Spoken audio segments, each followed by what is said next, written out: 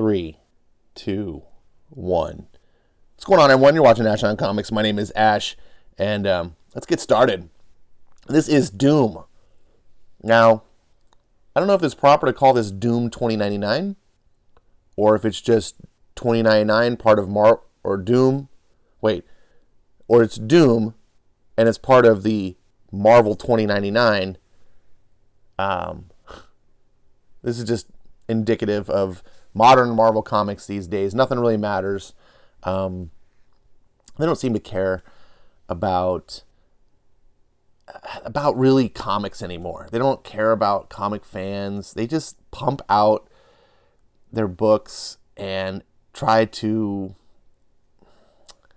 how do I say it? Just really try to exploit the collector fan base that's still there. And they're kind of just riding it into the ground. This kind of reminds me how Disney's doing Star Wars. They don't really care to put in the effort that Star Wars requires. Star Wars is not Star Trek. It's not any other sci-fi movie. Star Wars is something really special. And in order to keep it special, you have to put in that extra effort, right? It's not Transformers. And so I think, I don't want to make this video about Star Wars, but just using it as an analogy, I think you can't treat it with just, oh, it's whatever, we'll just make it look like Star Wars, put on the Star Wars paint and everyone will love it.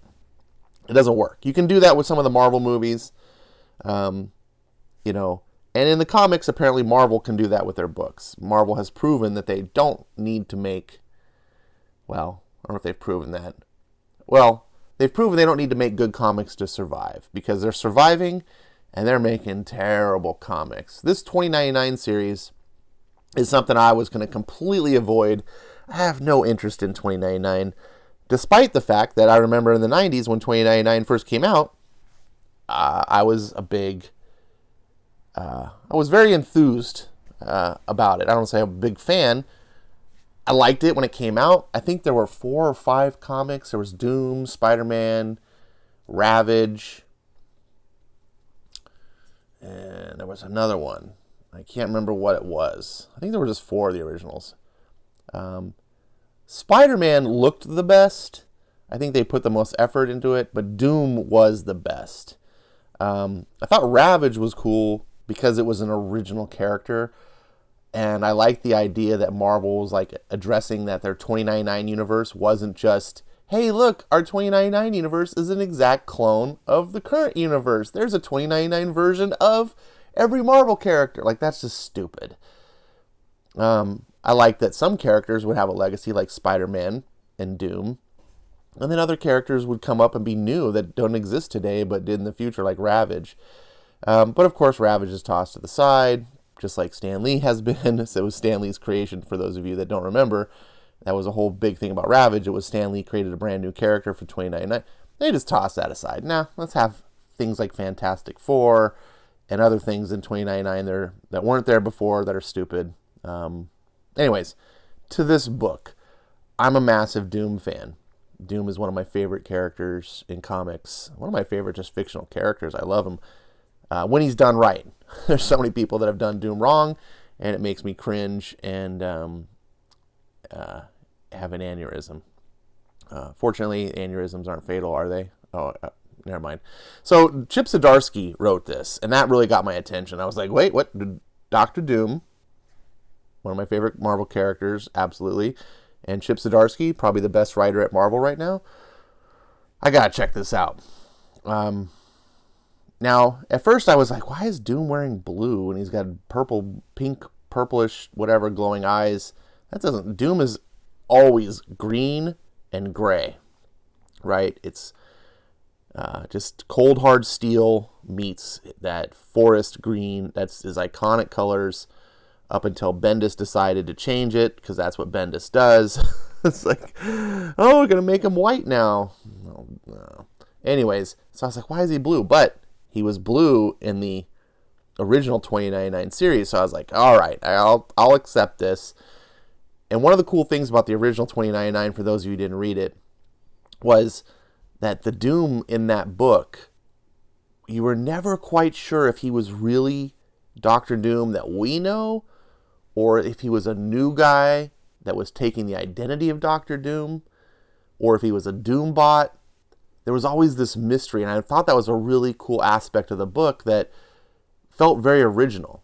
Because he behaved like Doctor Doom. He talked like Doom, acted like Doom, but then you were like, well, it's 100 years in the future. It can't be actual Doctor Doom. Could be a Doom bot, but that seems kind of dopey. Maybe it's another guy. Maybe it's his son. You just did never know. And you were like, what's going on? And that, I don't know if they ever actually revealed it. I don't think they did. I didn't read all the 2099s throughout the past. But we're here for this book now. So we start off, and it's a blazing hot sun, and we hear some people talking. An Outlander? Maybe. So what should we do? We'll let Reverend Asir decide. And if he lives or dies... Well, sorry, I always muck this all up. We'll let him decide if he lives or dies. And there's a child walking with him. I hope he lives. My eyes creak open, like doors in a house, long abandoned. Humph. Just another mouth to feed. Maybe the body attached to the mouth is good for something. Maybe he can do things. Not every scrap in the ravage is a gift from Thor. So these are people in an apocalyptic wasteland. They apparently seem to worship Thor. I wake, and my joints pop and twist from the dragging. The heat of my skin stops me from passing out again. Who are these people? Who am I? I can't remember, but it's there. I feel it. It's... And then we see an image of Reed Richards on the horizon. Hatred. Now, you look at this person, and you could pretty much surmise, this is Victor Von Doom, right? The fact that he hates Reed Richards, all this is being put together. So we as the audience have a reasonable assumption that this is Doctor Doom. Then it has a whole years ago, catastrophic event, brought the Age of Heroes to an end, yada, yada, yada, 2099. So, meanwhile, I'm just going to call him Victor, is passed out, and these characters are sitting around a campfire. What will Father Asir do with him? Torture him for information on Outlanders, then kill him. But he doesn't have any weapons on him, no tech. Why would anyone think he's an Outlander?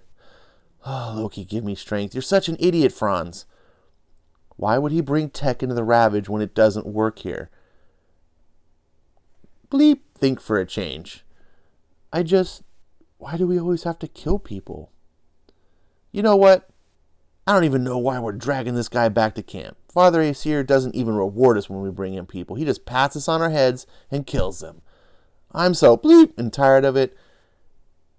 I'm tired of your whining. Let's just finish this. So he's picking up his hammer, and he's going to presumably put Victor out of his misery.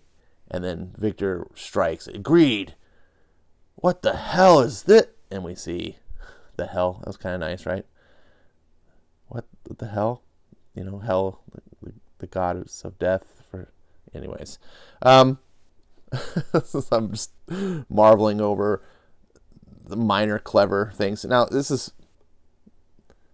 always gets me too. And you're going to, maybe some of you will roll your eyes, but look at this hammer.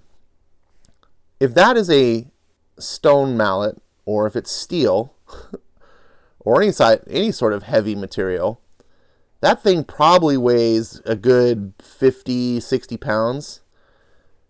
This arm is not lifting that. Not in any meaningful way. But this is comics where women are equally strong as men who have twice the muscle mass, and nothing matters because we always have to have women. I don't know. If she had superpowers, which she doesn't, that might be different. The idea that, I don't know why I'm getting into this. This book's actually not really progressive or SJW in any way, but it just annoys me how, because I'm an old school comics guy, and I used to read comics back in the 80s and 90s, and comics were for boys. They weren't exclusively for boys. It wasn't like Girls Keep Out. It wasn't like that, but it was like, hey, we're writing cool shit that boys like. And even as a little boy, I would look at stuff like this and I would be that stupid because we weren't idiots. And for the most part, comics didn't do stuff like that. So here I am harping on something that ultimately doesn't matter, but it triggers me when I see it. And Doom gives her a nice backhand, and then we see this other guy coming up behind him, and he's like, bleep, Outland.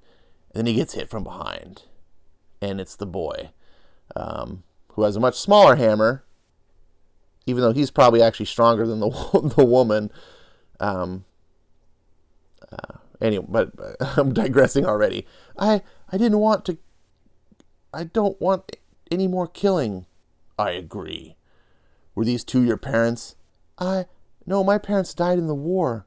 Good.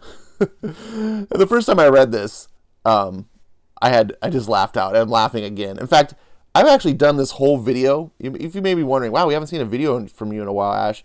It's because I've done these. I did another video too. Neither one recorded. And I was so pissed off. I was like 2 whole videos that after I was done, didn't save.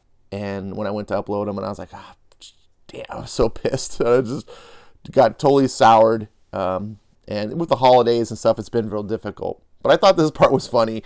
My parents died in the war. Good. But he's not saying that. He's saying these were really bad people.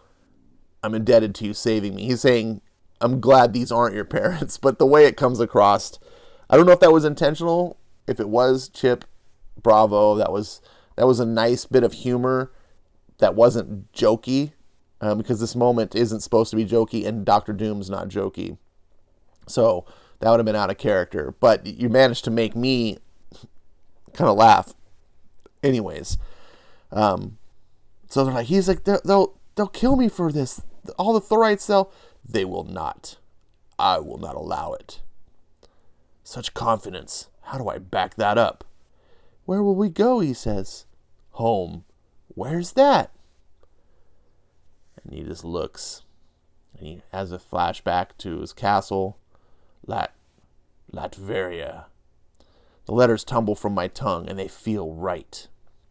So at this point, I'm like, okay, now we know this is Victor Von Doom. Pretty much. I mean, still hasn't actually said, but we can reasonably, all the pieces are put together. And we know that Victor Von Doom is insanely, his face is insanely mangled. And one of the characteristics of the character is that you never see Victor Von Doom's face because it's so heinous.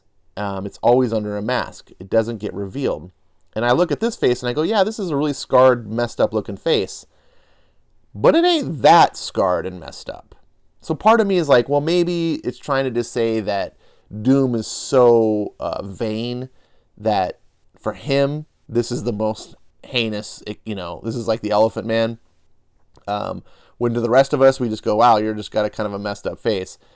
But then you have recent comics like, was it Savage Avengers number 8, I think? One of the more recent issues where Doom uncharacteristically takes off his mask and Conan loses his lunch. Conan the Barbarian loses his lunch to Doom's face. That's how grotesque he's supposed to look. Now, that was a stupid thing. I don't even get started on Savage Avengers, but that's part of Marvel continuity. So Doom's walking with this child, and he's like, he wants some tools. And we see Reed Richards. Now, this becomes real important. Reed Richards will come back. Doom says, with tools, I can do anything. So they meet this character who has this little shack out in the wasteland or whatever, and he's kind of a tinkerer kind of guy. And Doom kind of gets his trust a little bit and says he offers to help him if he'll help Doom, then Doom will return the favor with all sorts of technology and things that he's never dreamed of. We get Doom looking in the mirror and seeing his face for the first time and having a flashback of what he remembers looking like, apparently. And he's like,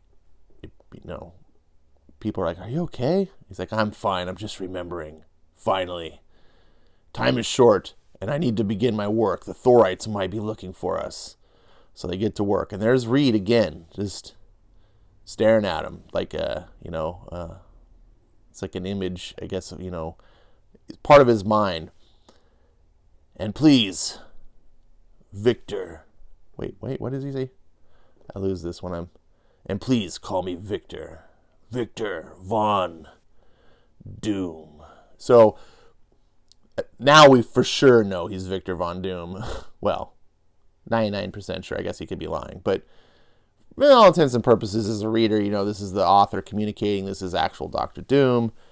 And he's doing his things. And now the image that we know is in Doom's head is speaking to him. "You are out. A fresh start. Richards, I don't know why you've chosen to take up residence in my head these past few weeks, except to perhaps witness a mind greater than yours. But your prattling is getting annoying. Your old life is over, and here you are fashioning another shell. What will you do once it's complete? Take over the world? Shake your iron fist at the people below you again?" And then Doom responds with, "My first step is home and Latveria, and to make it whole, make myself whole. When will you learn the world needs Victor, not Doom?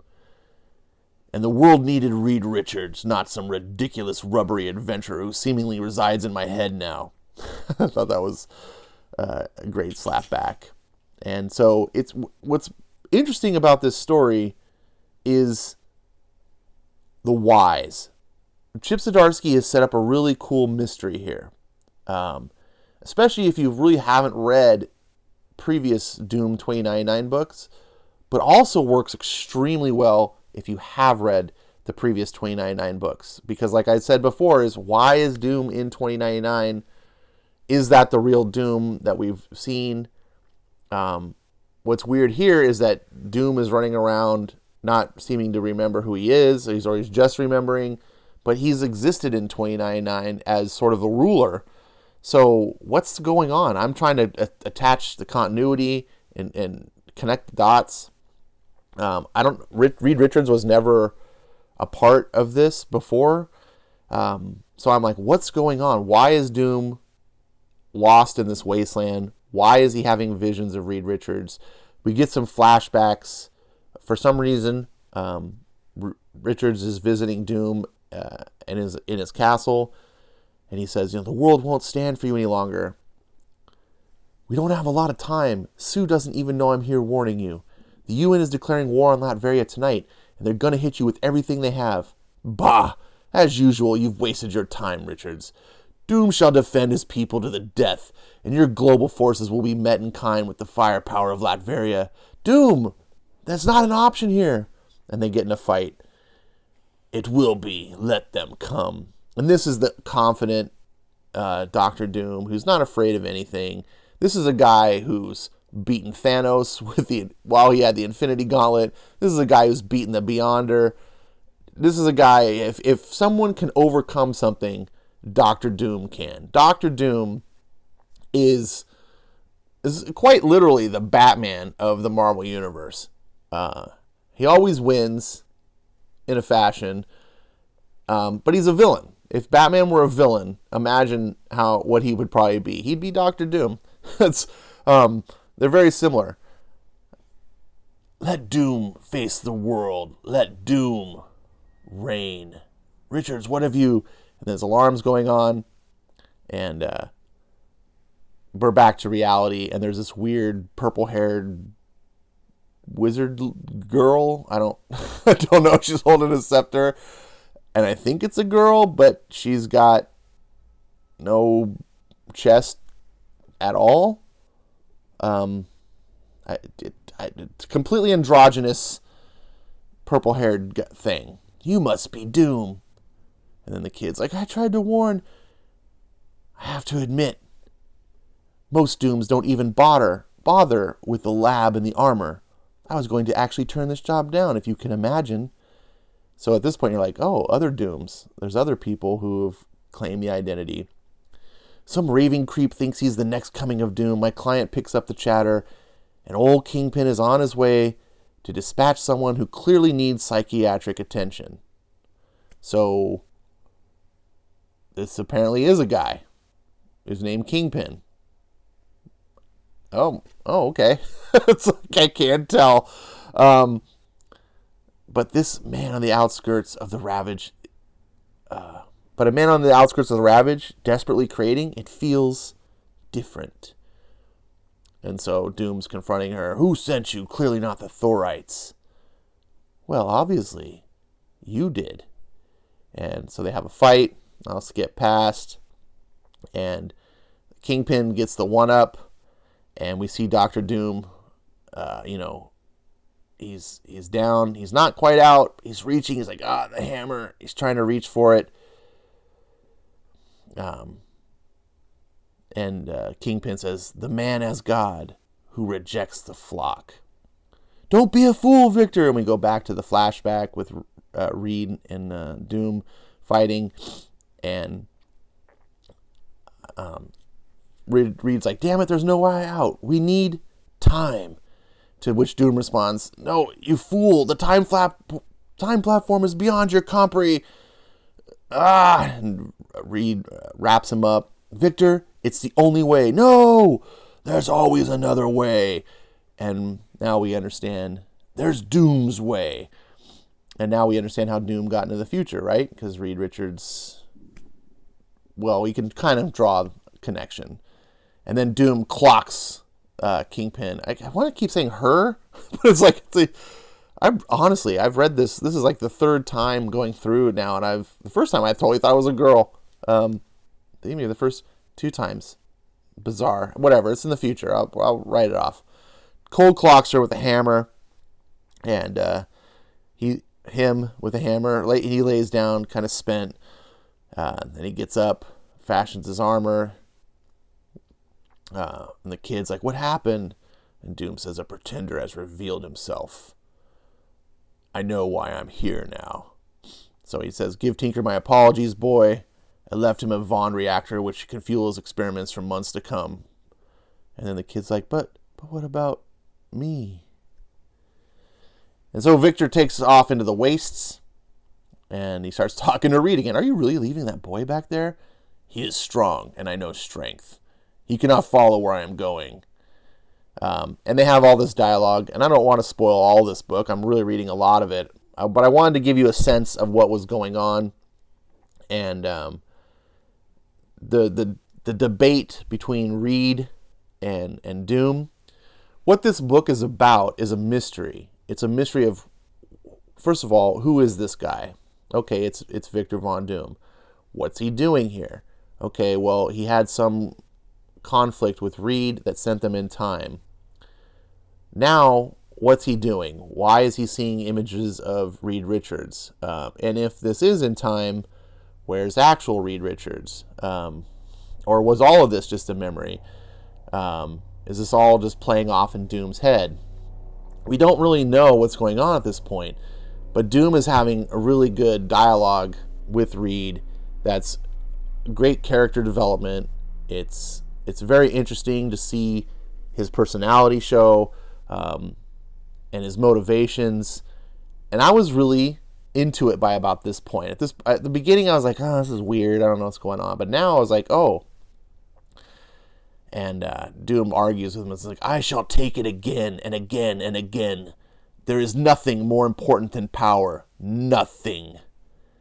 To which Reed looks at him and says, oh, Victor, you never stood a chance, did you? And then he just kind of fades away. And you're like, what? What's going on? To which Doom is just staring.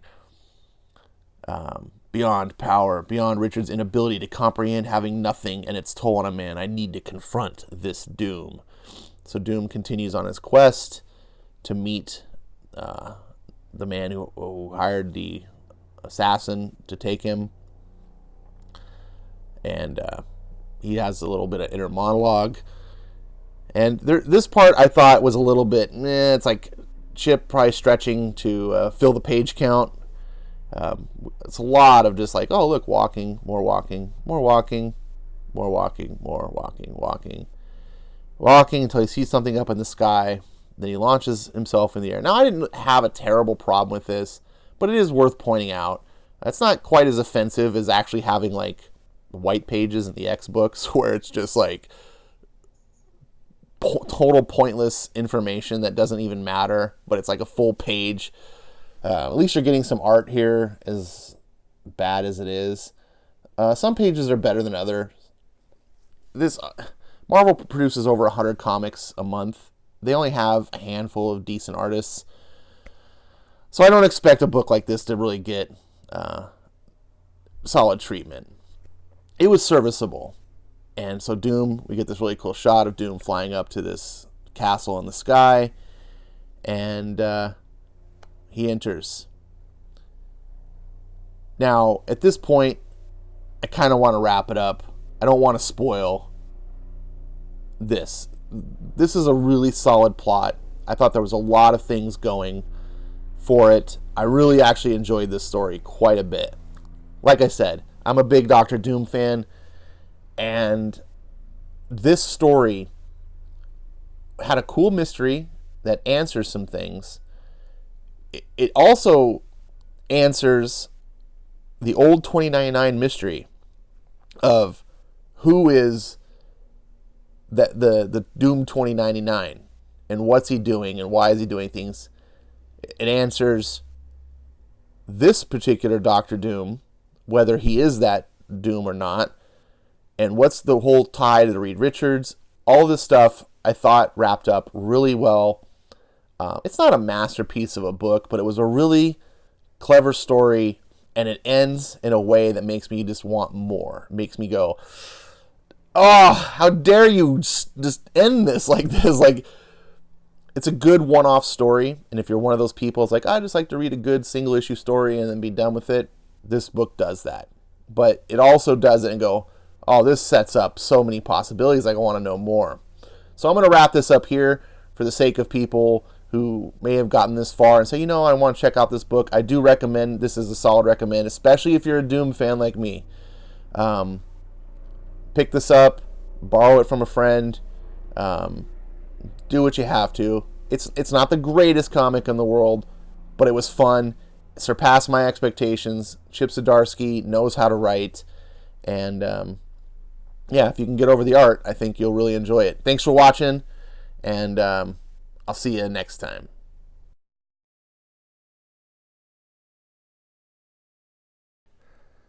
All right.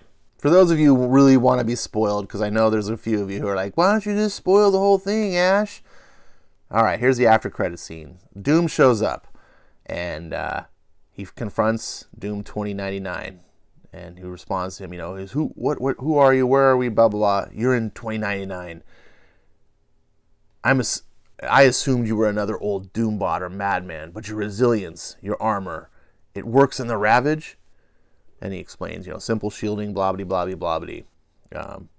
And you managed to cobble together a small Vaughn reactor from the old man's shop. Just enough to power to get you here, but not much more. I do not need much. You have done well for yourself, my child, but now your master has come home. Ouroboros, which is the secret word to disable the Doombot. And then, boom, Doom 2099's in his face.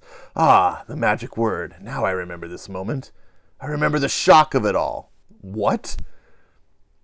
Yes, the shock of me. The shock of Richards. The shock of what happened to our home. What are you?